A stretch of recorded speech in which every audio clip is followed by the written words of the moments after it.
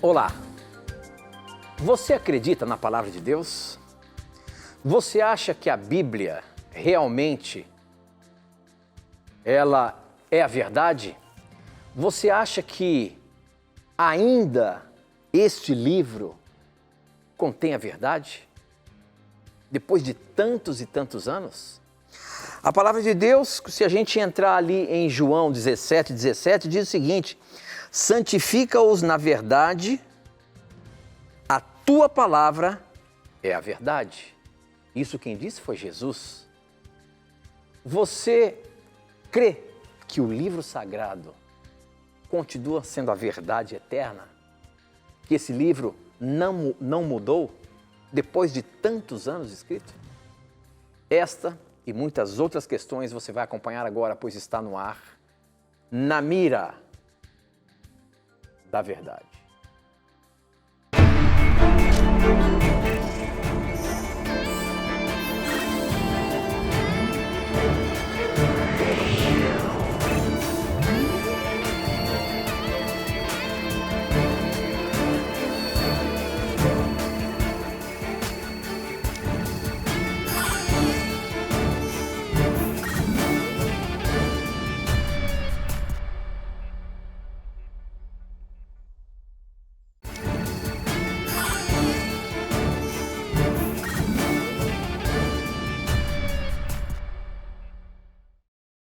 Olá, seja muito bem-vindo. Estamos começando mais um programa Na Mira da Verdade. E olha, como eu sempre digo, não tenha preconceitos, hein? Pergunte o que você quiser, participe muito mandando as suas dúvidas pra gente. A partir de agora já nos conectamos com o Brasil e o mundo através da nossa internet espalhada por todo o planeta, através da TV Novo Tempo espalhada por todo o nosso país. E onde quer que você esteja, sinta-se abraçado pelo programa. É muito bom ter a sua companhia aqui. E você já sabe, quem faz tudo isso acontecer são as suas perguntas. E elas são respondidas à luz da palavra de Deus. E quem está na mira para dar a resposta baseando-se na palavra de Deus é ele, hein? Professor Leandro Quadros. E aí, professor, tudo bem? Animado? Graças a Deus, tudo bem. E agradecido a Deus porque estamos novamente aqui com o nosso telespectador e a nossa telespectadora para estudarmos a Bíblia. Que Deus te abençoe, que você se sinta bem conosco, que concordando ou não, você continue assistindo ao programa, porque o nosso crescimento na fé espiritual é algo progressivo. Talvez você não concorde com alguma coisa agora, mas depois você veja que aquilo que está na Bíblia realmente é correto. Então convidamos a você a participar conosco, a enviar as suas perguntas e mais uma vez obrigado pelo carinho da sua audiência. Muito bem, professor, muito bem. Nós abrimos o programa hoje falando uma coisa que volta e meia vem em pauta: a veracidade da Bíblia. Muitos começam a duvidar desse livro, dizendo que já foi escrito há muito tempo, foi escrito por homens. Será que de fato é a verdade? Será que isso aqui contém a verdade? Será que o que está escrito aqui nunca mudou? Como é que é isso? Você acredita na Bíblia? Você crê na palavra de Deus? A gente leu aqui o que o próprio Jesus disse, hein? Jesus, ali em João 17, disse o seguinte: santifica-os na verdade, a tua palavra é a verdade. Professor Leandro Quadros, a minha pergunta para você é isso: será que a gente pode de fato confiar nesse livro? Há quantos anos foi escrito? Será que hoje os homens aí não acabaram escrevendo outras coisas que acabaram desvirtuando da verdade, professor? Eu até separei aqui no celular, pesquisei o nome de um livro que eu quero recomendar para o nosso telespectador. Existem muitas linhas de evidências, né, que comprovam a veracidade da Bíblia. Eu garanto para você que a pessoa que questiona a veracidade da Bíblia é porque, não falo em sentido pejorativo, mas realista, é porque a pessoa é ignorante em relação ao assunto, né? A Bíblia é o documento antigo mais fidedigno de todos.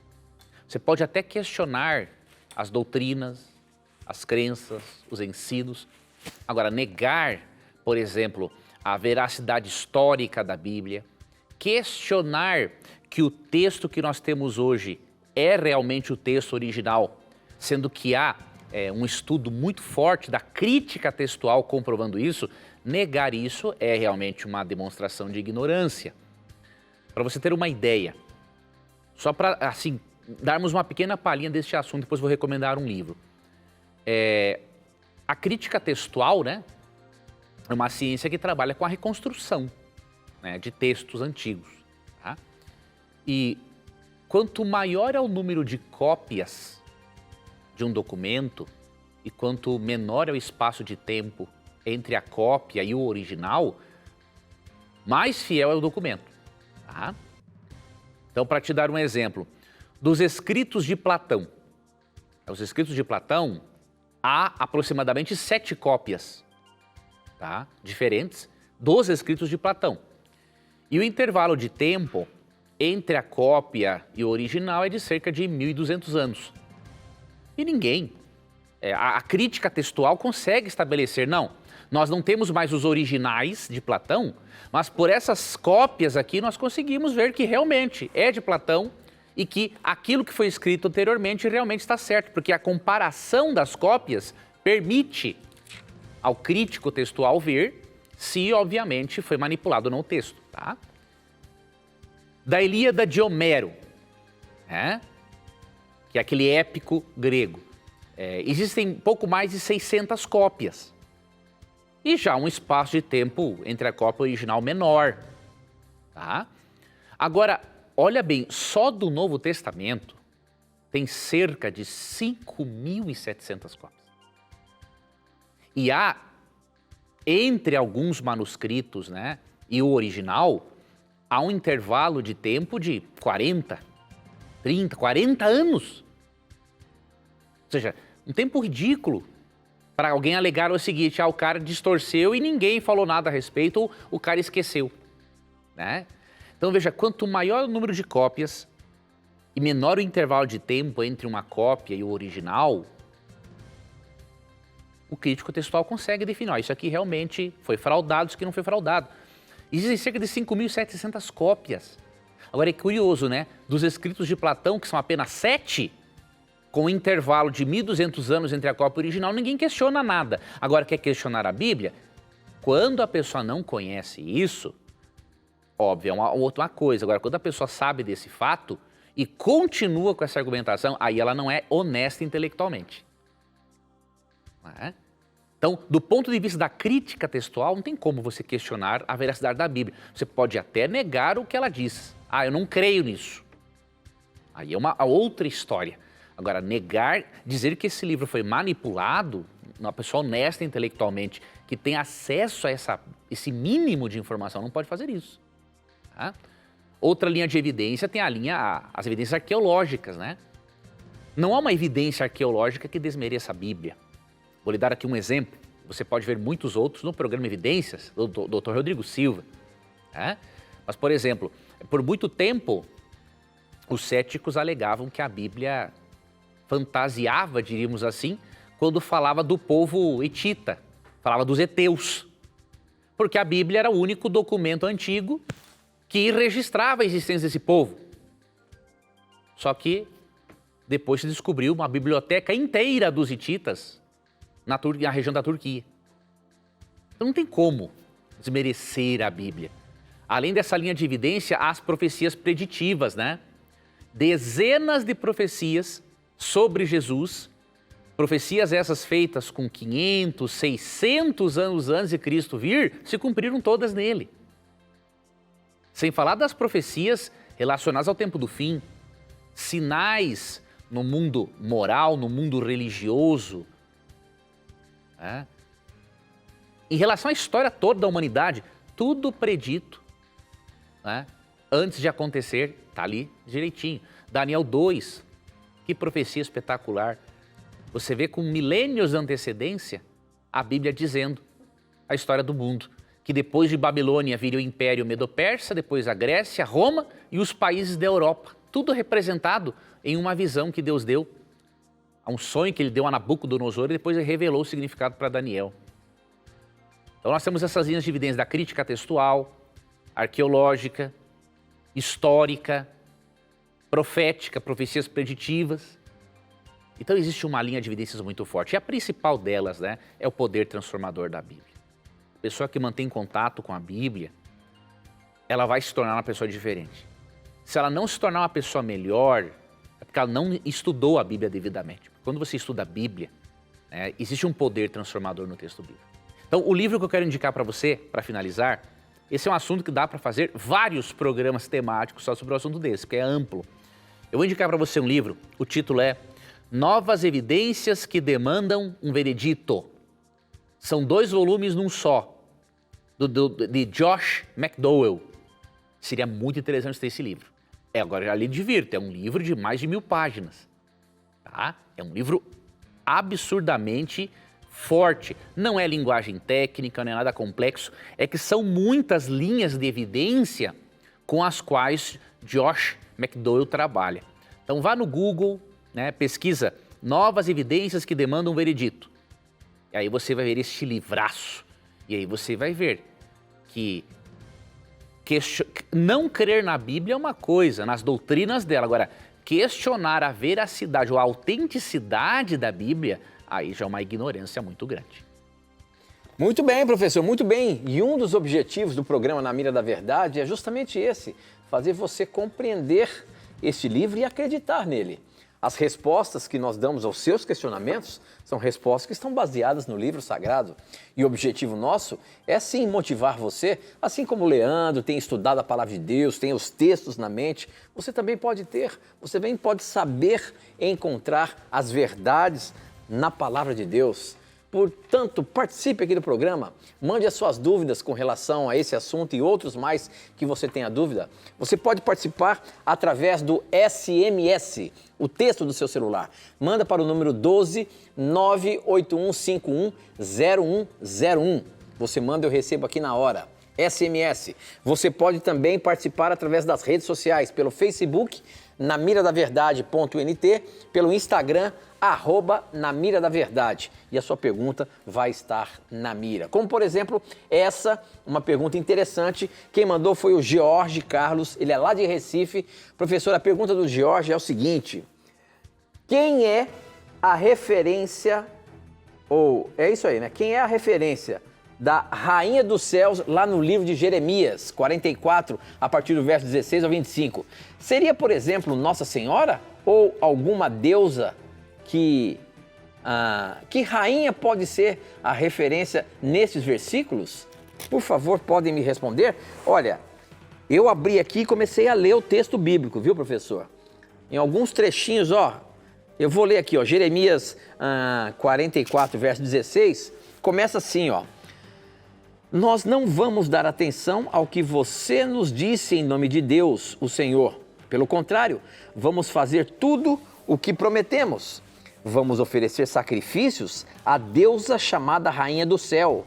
Vamos fazer a ela ofertas de bebidas, como nós e os nossos antepassados, os nossos reis e as nossas autoridades costumavam fazer na cidade de Judá e nas ruas de Jerusalém. E ainda fala mais aqui, né? Vai até o verso 25, falando dessa Rainha do Céu. Afinal de contas, o que seria essa Rainha do Céu, professor? Primeiro, o povo de Deus falava Judá e Jerusalém? Sim, primeiramente, quando as pessoas falam que é uma referência a Maria, isso é uma falta até de respeito com o texto bíblico, né? Porque Maria nem tinha existido ainda nessa época. Não tinha, obviamente, nem nascido, né? Então, muitas pessoas impõem ao texto a imaginação delas. Isso é um problema. O camarada lê um termo, pronto, é aquilo. Porque ele um dia ouviu falar daquilo, mas não é assim. Nós temos que pensar o seguinte: qual é que é a meta de todo estudante da Bíblia? Buscar o significado original pretendido pelo autor. Esse é o propósito. Tá? Quando nós lemos esse texto, obviamente, isso aqui foi escrito em torno de 500, 600 anos antes de Cristo nascer. Então Maria nem sonhava em existir. Então não é referência a Maria. Tá? E aí, como o Tito bem falou, isso aqui é na época de Israel, Judá. Então temos que buscar ali nesse contexto a compreensão. Veja, os eruditos não têm certeza de qual seria essa deusa pagã, porque existiam várias, tá? Mas o mais provável, de acordo com os eruditos, que seja uma referência à deusa Istar, tá? Esse nome é um título, tá? Rainha dos Céus era um título babilônico dado para essa deusa, tá? E essa deusa, ela era a deusa da fertilidade. E o culto a essa divindade pagã envolvia rituais sexuais. Então Deus está sendo contra a idolatria e a imoralidade sexual do povo ao adorar essa divindade pagã. Muito bem, professor. Eu estou acompanhando o pessoal que nos assiste através do Facebook, que manda suas perguntas pelo Facebook. Tem várias questões, eu sempre falo, não tenha preconceitos, pergunte o que você quiser e nós vamos ajudá-lo aqui na Palavra de Deus, né? Aqui tem uma pergunta do Sheffer, da Tânia Sheffer, né? Ela diz assim, admiro o seu programa e queria perguntar, obrigado pela sua participação, Tânia. Quando Jesus fez a multiplicação dos pães e peixes para alimentar a multidão, ele fez os peixes já assados ou crus? Aí a gente consegue ver alguma coisa ali na Palavra de Deus, professor? Não temos como saber. Afinal de contas, eu imagino que os peixinhos que o menino tinha levado lá já eram peixes preparados. Bem provavelmente. Não é? Assim como ele levou o pão e os peixinhos já era preparado. Então, da maneira como foi preparado, eu imagino que ele fez a multiplicação. Não temos como saber. Ali a ênfase mesmo, Tito, do milagre é mostrar o poder divino de Jesus, né? Quando ele consegue multiplicar a matéria, diríamos assim, não há dúvida de que ele é o Messias divino. Então, esse é o propósito. Agora, detalhar como é o processo, não é este o propósito do autor bíblico. Muito bem, participe aí, mande as suas perguntas pra gente, use aí as plataformas, né, tanto do Facebook como do Instagram e também através do nosso SMS, como essa aqui que chegou pelo SMS, olha só. O Evandro é do Rio de Janeiro, obrigado pela sua participação. Minha pergunta é, um dia antes, olha só a pergunta do Evandro, professor, isso deve estar sendo falado nas igrejas aí, para ele perguntar isso. A minha pergunta é, um dia antes da Santa Ceia, não posso coabitar com a minha esposa, pois é errado? Não, isso a Bíblia fala que antes da Santa Ceia não poderia haver o sexo entre o casal, professor? Para participar da Santa Ceia? Para nós respondermos essa pergunta, primeiramente, por que existe essa pergunta? Não é nem intenção, né, do nosso irmão, mas por trás dessa pergunta existe uma crença distorcida, que o sexo em si é pecaminoso. Tá? Então está essa crença. Tá? Então, como tem esta crença, a pessoa acaba separando sexualidade daquilo que é espiritual. Né? Então isso é uma crença errada. Quando você vai ao texto bíblico, você percebe que Deus exalta o amor sexual e até tem um manual de sexualidade, que é o livro Cântico dos Cânticos, o Cantares de Salomão. Então você tem que primeiramente tirar da mente essa ideia, né, de que o sexo em si é pecaminoso. Feito dentro do contexto para o qual Deus o criou, é uma bênção. Tá? Outro detalhe, nas orientações dadas para a celebração da ceia, não há nem de perto uma orientação como essa, de se abster do sexo antes da Santa Ceia. Não tem um porquê.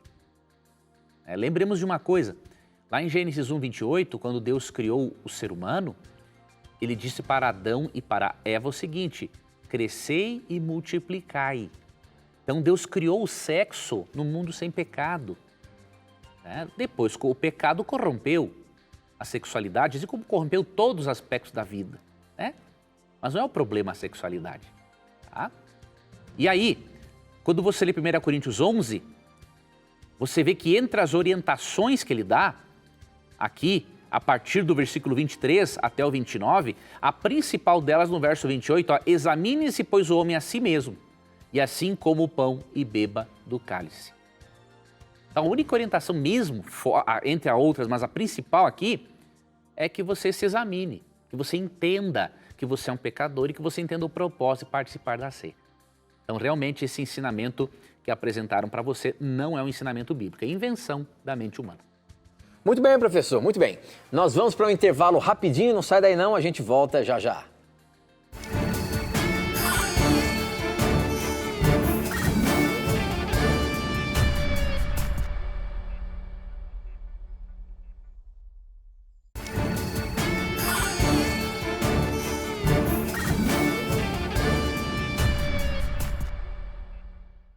Já estamos de volta. Participe mandando as suas perguntas para a gente através do nosso SMS 12 981510101, pelas redes sociais Facebook namiradaverdade.nt e Instagram @namiradaverdade. Essa pergunta aqui chegou pelo nosso Instagram. Quem mandou, deixa eu ver aqui. Ah, sim, o João Vitor Carvalho. A pergunta do João Vitor, professor, é com respeito à guarda do sábado. Ele diz o seguinte: boa noite, Tito, professor Leandro, que Deus os abençoe poderosamente. Sempre acompanhe os programas na Mira da Verdade, aqui de Porto Alegre, Rio Grande do Sul. A minha pergunta é, na palavra de Deus diz que devemos guardar o sábado. Agora, como seria o jeito certo de guardar o sábado? A Bíblia nos orienta como guardar o sábado, professor? A Bíblia tem muitas dicas importantes sobre a observância do sábado. É importante o nosso telespectador e telespectadora ter em mente o seguinte: às vezes pode pensar assim, isso aí estão ensinando salvação pelas obras. Não, não é isso, né? Nenhum dos 10 mandamentos nos dá o direito à salvação. Por quê? Porque nós somos corrompidos, pecadores.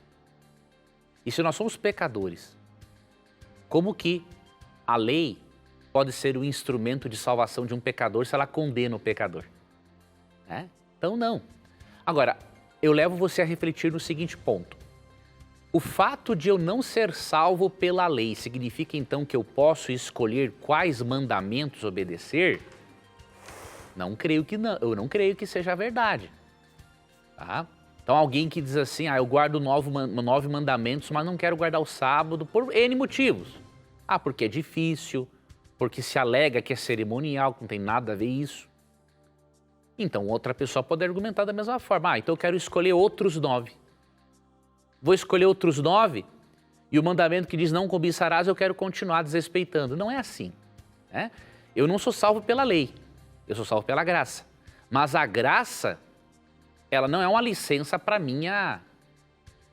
para libertinagem ou para as minhas opiniões pessoais. A graça não é uma licença para pecar. Esse que é o detalhe. Tá? Então, com essa perspectiva correta, vamos ver aqui 2 dicas. Tem muitas na Bíblia, né? E até você pode, através de um dos cursos bíblicos da Novo Tempo, curso bíblico que inclusive oferecemos aqui no programa, você pode aprender mais dicas sobre a guarda do sábado, tá? Aqui no 4º mandamento, em Êxodo 28-11, nós vemos aqui já algumas dicas. No verso 11 é dada a razão para guardar o sábado, né? Porque em 6 dias fez o Senhor os céus e a terra, o mar e tudo o que neles há. E ao 7º dia descansou. Então veja, a razão principal para guardarmos o sábado é porque ele é um memorial, um lembrete semanal do Deus Criador. E nós cremos o seguinte: se Deus não é o Criador só do povo judeu, é óbvio que o sábado não é só para o judeu. Se o sábado é o memorial da criação e pessoas de todas as culturas, de todas as religiões foram criadas por Deus, então o sábado é um mandamento de ordem moral que deve ser observado de maneira universal. A não ser que alguém me prove que só os judeus ou só os israelitas foram criados por Deus, o que isso é impossível, né? E aí, no verso 9, por exemplo, 8 e 9, ele já dá as primeiras dicas para a observância do sábado. Lembra-te do dia de sábado para o santificar. 6 dias trabalharás e farás toda a tua obra. Mas o 7º dia é o sábado do Senhor teu Deus. Não farás nenhum trabalho, nem tu, nem teu filho, nem a tua filha, nem o teu servo, nem a tua serva, nem o teu animal, nem o forasteiro das tuas portas para dentro. E aí vem a razão, né? Porque em 6 dias fez o Senhor o céu e a terra. Então veja, aqui a orientação é que em 6 dias realizemos todos os nossos empreendimentos, mas que o 7º dia seja separado única e exclusivamente para Deus e para o serviço ao próximo. Primeiro o serviço a Deus, depois ao próximo. Tanto que em Mateus 12:12, quando Cristo corrige uma concepção errada sobre o sábado, né, quanto à guarda do sábado, ele diz que é lícito, ou seja, é de acordo com a lei fazer o bem ao sábado. Né? E aqui Deus fala para não fazer nenhum trabalho. Então tudo aquilo que é secular, e que desvia a nossa atenção do que é espiritual, temos que evitar no sábado. Ah, Leandro, mas eu tenho que fazer isso todos os dias. Tem, mas você não pode fazer isso todos os dias por 24 horas por dia. Então, sábado é o momento especial para isso. Né? E aí uma outra dica, você vai em Atos 16:13, muito interessante. Ali você vê o apóstolo Paulo guardando o sábado, mesmo num território pagão, onde não tinha sinagoga, ele foi para perto da natureza. Diz assim, eles foram para próximo de um rio, onde parecia ser um lugar de oração. Então, contemplar a natureza, entrar mais em contato com a natureza, né, que é um dos livros escritos por Deus, além de facilitar a observância do sábado, vai proporcionar-nos saúde e nos dar mais capacidade de contemplação. Então, o sábado é um dia para não fazer o que é secular, é um dia para contemplarmos mais o que o Criador fez e faz, é um dia para cultuarmos também. Lucas 4,16 diz que Cristo, outra dica, né, ia à sinagoga ao sábado. Ah, ele ia porque era judeu. Não, diz o texto, ele ia à sinagoga segundo o seu costume. Então, no texto grego, quando fala que era costume de Jesus, era algo de livre e espontânea vontade, fazia parte do estilo de vida dele. Ok? Então, essas são algumas dicas. Tem uma revista especial da Novo Tempo que eu ajudei a preparar essa revista faz anos, a revista Princípios, né? Eu lembro que nessa época quem escreveu o texto, né, foi o pastor Fernando Iglesias, o pastor Valdeci Júnior, que trabalhou aqui, o Ailton Santana, e eu escrevi todos os questionários, todas as perguntas e respostas com textos bíblicos para a pessoa poder fazer a pesquisa. Eu lembro que numa das lições da revista Princípios eu dou várias dicas bíblicas, né, para a observância do sábado. Eu recomendo que você adquira nossos estudos bíblicos e você vai ter aí uma maneira muito bíblica, gostosa, prazerosa de observar o dia do Senhor. Muito bem, professor. Olha, a gente indica aqui no programa Na Mira da Verdade essa daqui, mas essa é apenas uma revista dos cursos bíblicos que oferecemos aqui na Novo Tempo. Quando você entra lá no cadastro, para fazer o cadastro da Novo Tempo, você também tem a chance de escolher outro curso bíblico. Então você pode procurar lá os mais diversos. Esses aqui nós apresentamos no Na Mira da Verdade. Verdades para os tempos do fim, né? Esse é uma revista que já há muito tempo a gente apresenta ela aqui, talvez você já tenha pedido, ou você que está acompanhando agora não pediu, então peça hoje mesmo. Você pode, se você quiser, entrar agora no nosso blog novotempo.com/Na Mira da Verdade. E lá você vai correr assim a página, no final você vai ver esta revista. Quando você clica lá, você vai ser direcionado para fazer um cadastro. E ali tem outros estudos bíblicos que a gente apresenta também aqui na Novo Tempo. Então, peça o que você quiser, é gratuito. Você tem a chance de estudar mais e mais a Palavra de Deus. Professor, você quer ver um outro tema que já fazia um tempinho que não estava vindo aqui, mas é uma dúvida que muita gente tem, viu? É uma dúvida que muita gente tem, é sobre aquele número dos 144 mil lá de Apocalipse. A pergunta do Edson aqui é a seguinte: os 144 mil são os únicos que irão para o céu? Olha a pergunta dele aí. E você sabe que quando tem uma pergunta é porque tem alguém falando isso ou ensinando isso. O que a Bíblia fala sobre os 144 mil no fim dos tempos, quando Jesus voltar? Veja que interessante. Aqui nos versos 13 e 4, né, do capítulo 7 do Apocalipse, fala de 144 mil que serão selados pouco antes da volta de Cristo.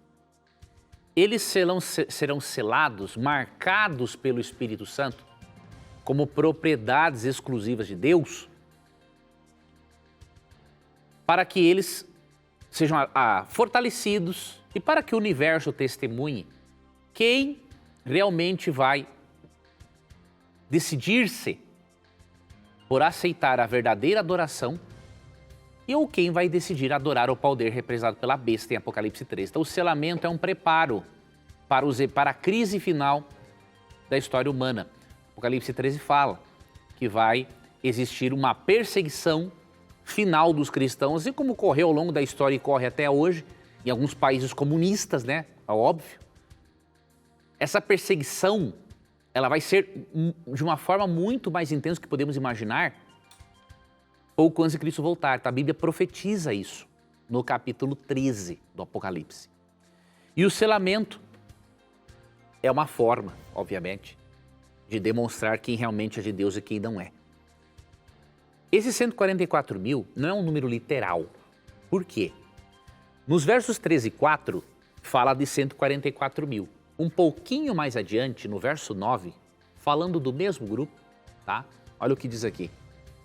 Depois dessas coisas vi e eis grande multidão que ninguém podia enumerar, de todas as nações, tribos, povos e línguas, em pé diante do trono e diante do Cordeiro. Então veja, existe aqui algumas crenças diferentes sobre esse assunto, não vou entrar agora, mas você percebe o quê? Os 144 mil, alguns creem que é a mesma grande multidão. Mas se não for, veja, nós podemos ver que os 144 mil, eu vou explicar o porquê que o número é simbólico, se refere às pessoas vivas, que estarão vivas por ocasião da volta de Cristo e que são compostas pela igreja militante. Já no verso 9, quando estão diante do trono de Deus, já é a igreja triunfante. Então, por que 144 mil? Se você olhar aqui no contexto, ele pega 12 tribos de Israel, multiplica por também 12, que é o número de 12 apóstolos, ou seja, isso mostra a sequência histórica do povo de Deus, e do exército israelita, em vários empreendimentos militares, cada tribo das 12 tinha 1.000 soldados. Então ele multiplica 12 vezes 12, 12 tribos de Israel, vezes número dos 12 apóstolos, vezes 1.000. E chega ao número 144 mil. É um número militar. Para dizer o seguinte, que assim como o povo de Israel foi a igreja de Deus militante, a igreja do Novo Testamento será também militante contra as forças do mal pouco antes de Cristo voltar. Até que vai se tornar a igreja triunfante. Quando todos estiverem na presença gloriosa de Deus, após vencerem a perseguição pelo poder do Espírito Santo. Então a Bíblia não ensina que serão só 144 mil salvos. Ela só usa esse número simbólico, é um número militar, para destacar que será uma igreja militante. Prova disso, verso 9. O número de pessoas diante do trono de Deus é um número que ninguém podia contar. Então é óbvio, é muito mais do que 144 mil pessoas literais. Muito bem, muito bem. Eu queria dizer para você que você pode mencionar a que igreja você pertence. É muito gostoso a gente saber que estamos tendo a oportunidade de estudar a Bíblia juntos. Então é uma troca de experiência muito gostosa. Pode falar para a gente de qual igreja você pertence e a sua dúvida para a gente dar a resposta aqui baseando na Bíblia, tá bom? O Josafar Santos, ele fez uma pergunta daquelas capciosas. Eu vou colocar o professor na mira ali, como se fosse eu perguntando para ele, tá bom? Vamos lá. Professor Leandro Quadros, me fala uma coisa. Por que Deus colocou a árvore do conhecimento do bem e do mal no jardim? Isso aí era só para ter uma prova de Adão e Eva, é isso? Por que Deus colocou essa árvore lá para trazer um problema aí para toda a humanidade? A pergunta do Josafá Santos não é bem assim, né? Ele perguntou assim, eu queria saber por que Deus plantou a árvore do bem e do mal só para testar Adão e Eva? É isso mesmo? Olha, aqui vamos entrar numa questão interessante.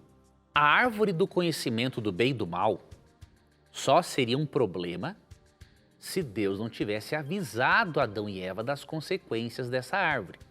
Aí eu vou explicar para você o porquê da existência dela.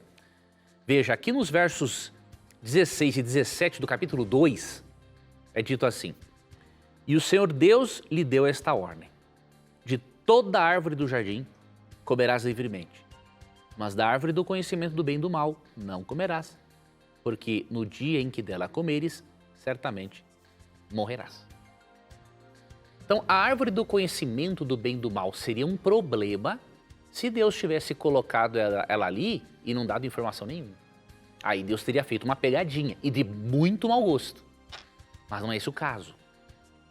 Uma vez alguém me perguntou o seguinte: Então, quando Deus criou a árvore do conhecimento do bem e do mal, ele criou o mal? Não. Deus não criou o mal. Ele deu a possibilidade do mal. É outra história. E por que ele dá a possibilidade do mal?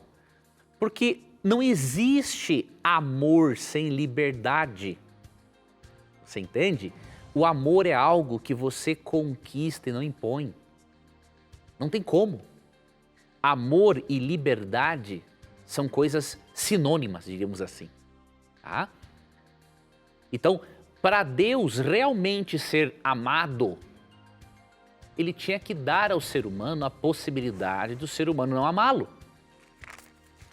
Se Deus não dá ao ser humano a possibilidade de não amá-lo, Deus não seria amor. E amor é a natureza de Deus, né? 1 João 4:8 e verso 16, Deus é amor.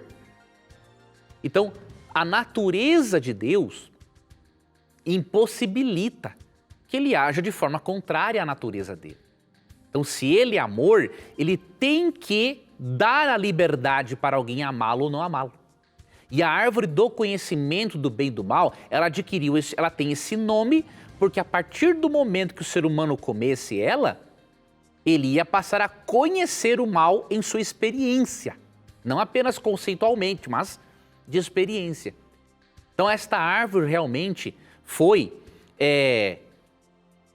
a maior evidência de que o amor tem que ser livre. Não é libertinagem, que é diferente, né? Mas o amor é livre. A pessoa tem que ser livre para amar, senão não é amor. Então, não era problema a árvore. E outro motivo pelo qual não era o problema, Adão e Eva não estavam passando fome. Não tinha um resquício de pobreza, de miséria no Éden. A fartura é algo que nós não podemos nem imaginar. Só que eles tomaram uma decisão errada. Eles usaram o livre-arbítrio de uma maneira indevida. Então o problema não está na árvore. A árvore, na verdade, é uma manifestação do amor de Deus em dar às suas criaturas a possibilidade de amarem a Ele ou não. O problema está na decisão do ser humano que, de acordo com Gênesis 3, viu a possibilidade de ser como Deus. Quando a criatura quer se colocar no lugar de Deus ou ser como Deus, aí está a base de todo o pecado. Muito bom, muito bom. Mande aí as suas perguntas pra gente. Vamos juntos aprender mais da Bíblia e vamos ver o que a Bíblia realmente dá como resposta. A próxima pergunta pelo nosso Instagram, você pode mandar a sua pergunta aí. O nosso Instagram é @namiradaverdade. Ela chega aqui na hora pra mim, tá bom?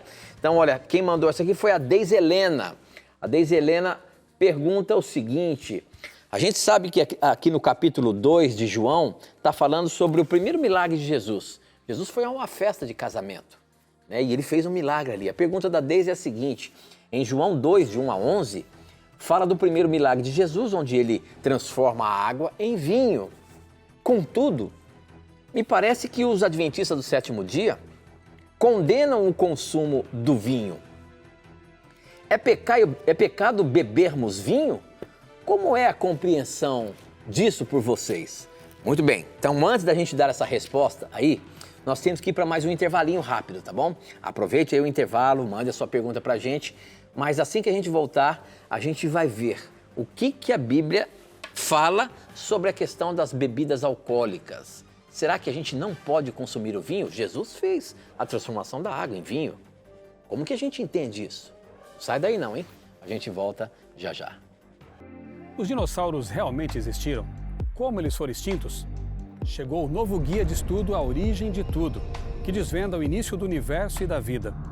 Peça em novotempo.com/escola bíblica ou pelo WhatsApp 12 98244 4449. O segredo do universo está em suas mãos. Escola Bíblica, formando alunos através da Bíblia.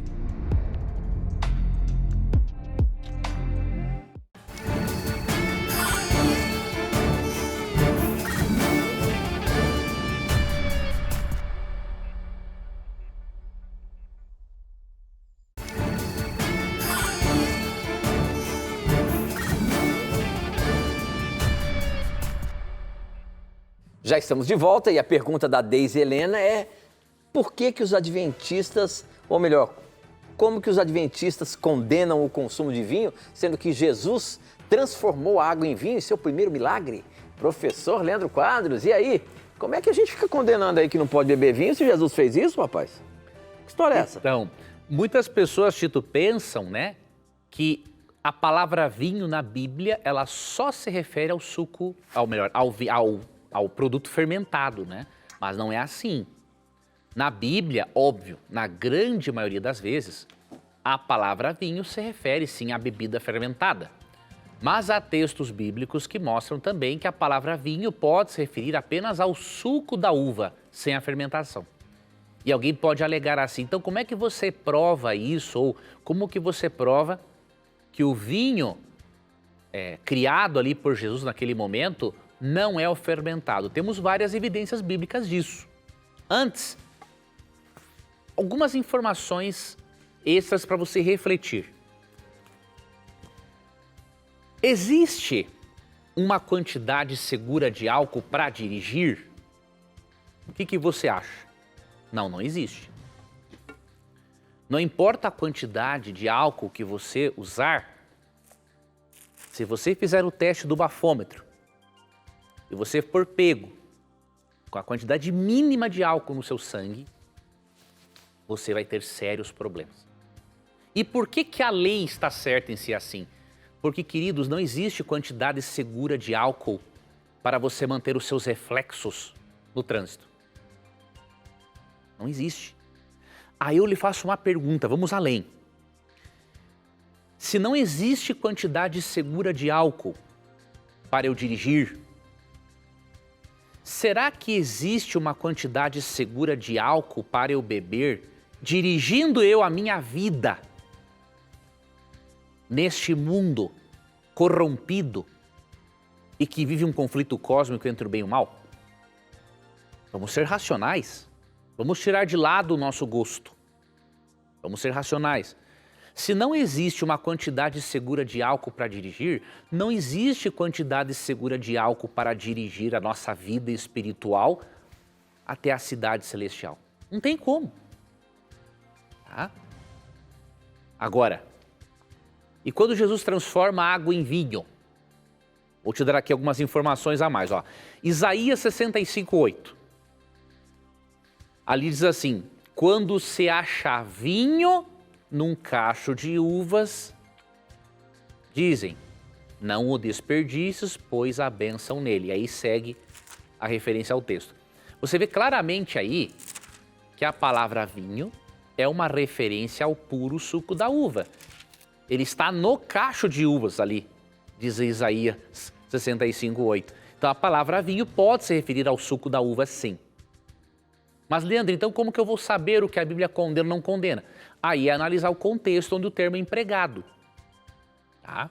Por exemplo, se você ler Provérbios, capítulo 20, verso 1, ou Provérbios 23, você vai ver uma condenação para o uso de bebida alcoólica. Mas muitos alegam assim, mas a Bíblia não condena o beber socialmente, a Bíblia condena o embriagar-se. Também não é verdade.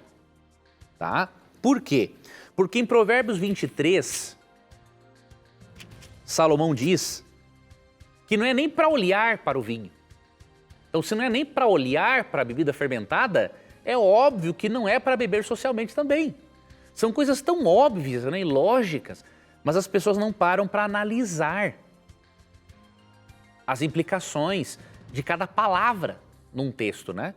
Então, no verso 31 de Provérbios 23, ó, não olhe demoradamente para o vinho, observando quando ele é vermelho, como brilha no copo e desce suavemente, pois no fim ele morde como cobra venenosa, pica como víbora.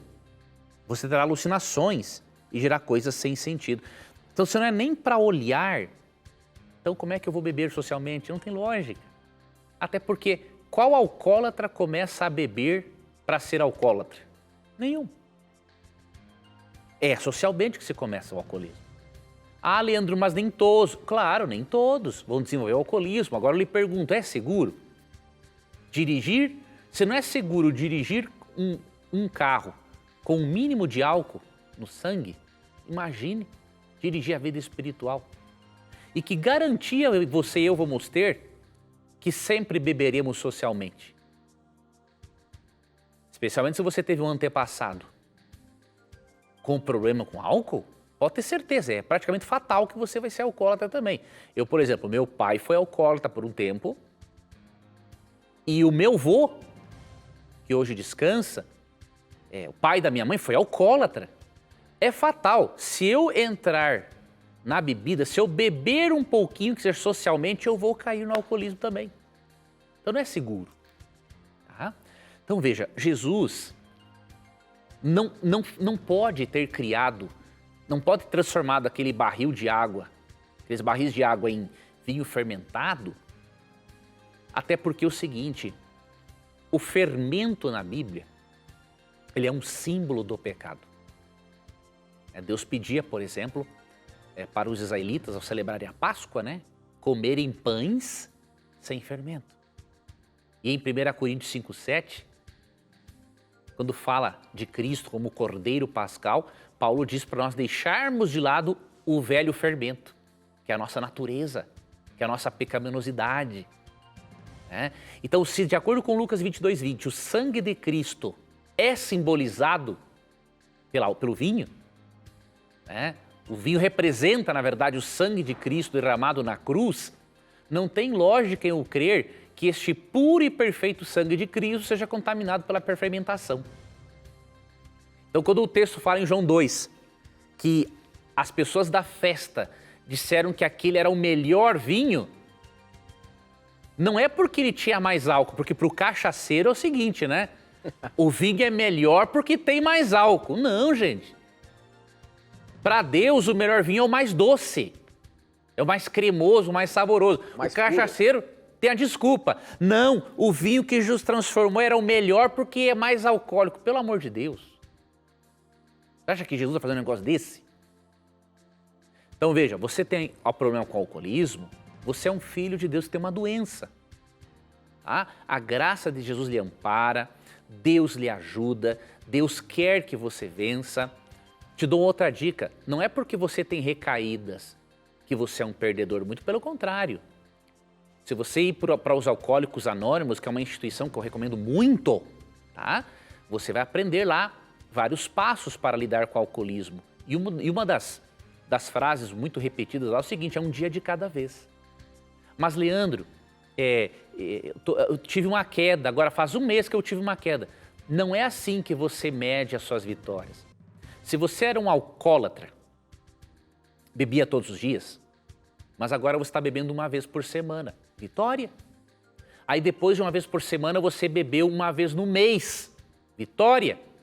Aí passaram-se 6 meses, você teve uma queda, vitória.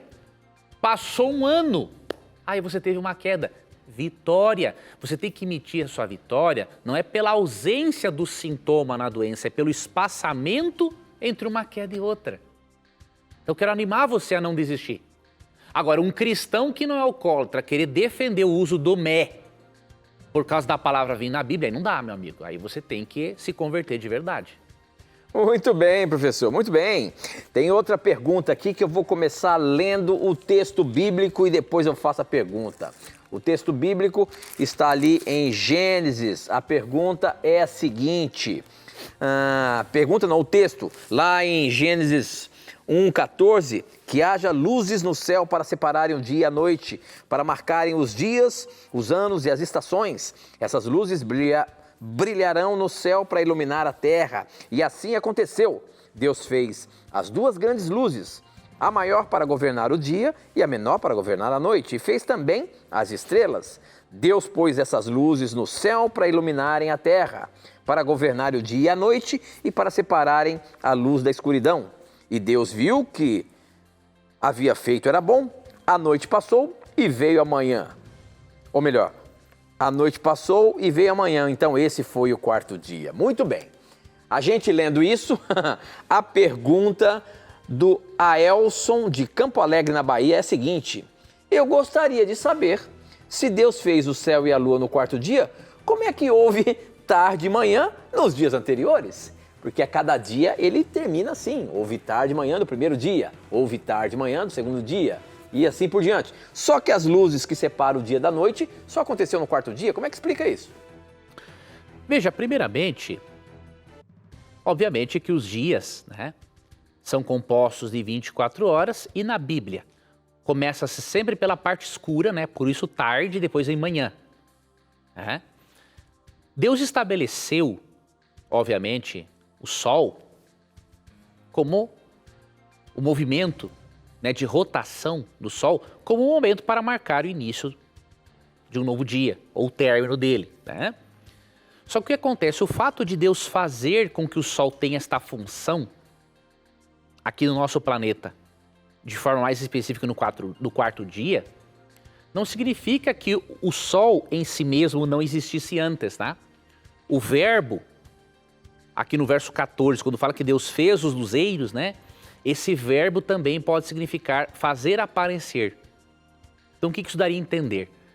Já que a terra era sem forma e vazia e havia trevas sobre a face do abismo, de Gênesis ali 1 e 2, então Deus no quarto dia fez com que esse astro, né, esses astros, o Sol e a Lua, entrassem, ou melhor, tivesse uma atuação maior no nosso planeta. Né? Deus trabalhou, obviamente, a atmosfera para que os raios solares entrassem melhor aqui. Deus não dependia do Sol para ele saber o momento em que se passaram as 24 horas. Isso é para nós sabermos. Né? Deus tem na sua mente toda a noção de tempo que ele criou. Né? Então ele poderia já, desde antes do Sol aparecer melhor aqui, ele já poderia ter estabelecido pelos poucos raios de Sol que chegavam aqui no nosso planeta, ele já poderia ter estabelecido toda essa estrutura física, química e matemática para a contagem dos dias, mesmo que o Sol não estivesse plenamente atuante aqui no nosso planeta. Tá? Então, isso em nada traz problemas para o texto bíblico, até porque não só a Bíblia, mas tanto a realidade nos mostra, né, que o dia realmente é composto por 24 horas. Muito bem, professor, eu tenho um minutinho, acho que você consegue responder essa pergunta. O Salmo 91 é um salmo messiânico? Não necessariamente, tá? Pode-se ter aplicação, né, quando fala que o Senhor é o meu pastor e nada me faltará. Não, Salmo 91. Ah, não, perdão, foi do 23. 91. 23. Não é um salmo messiânico. O que é um salmo messiânico? É um salmo que prediz a vinda do Messias. É? Então, um dos salmos messiânicos, o Salmo 2. Tem também o Salmo 16, que fala algo acerca, por exemplo, da traição do Messias. Tá? Mas o Salmo 2, sim, essência é messiânico. Agora, o Salmo 91 não. Podem ter alusões ao Messias? Pode. Né? O Salmo 23 é um salmo messiânico. O Salmo 2 é um salmo messiânico. Agora, tem alusões a Deus no Salmo 91. Sendo que Cristo é Deus, pode-se fazer uma aplicação. Agora, dizer que ele é um dos salmos messiânicos, aí nós não podemos fazer. Outro salmo messiânico, Salmo 110. Tá, mas não podemos dizer que o Salmo 91 é messiânico, porque o objetivo dele não é falar do surgimento do Messias. Muito bem, professor, muito bem. Com essa nós encerramos mais um Na Mira da Verdade e a gente se encontra semana que vem, se Deus quiser. Obrigado, amigo telespectador e amiga telespectadora, por sua companhia. E lembre-se que no nosso programa, sempre que você tiver a coragem de perguntar, só a Bíblia terá a coragem de lhe responder. Um grande abraço. E aqui você já sabe, sempre as suas dúvidas e os seus questionamentos estão na Mira da Verdade. Até o nosso próximo encontro. Tchau.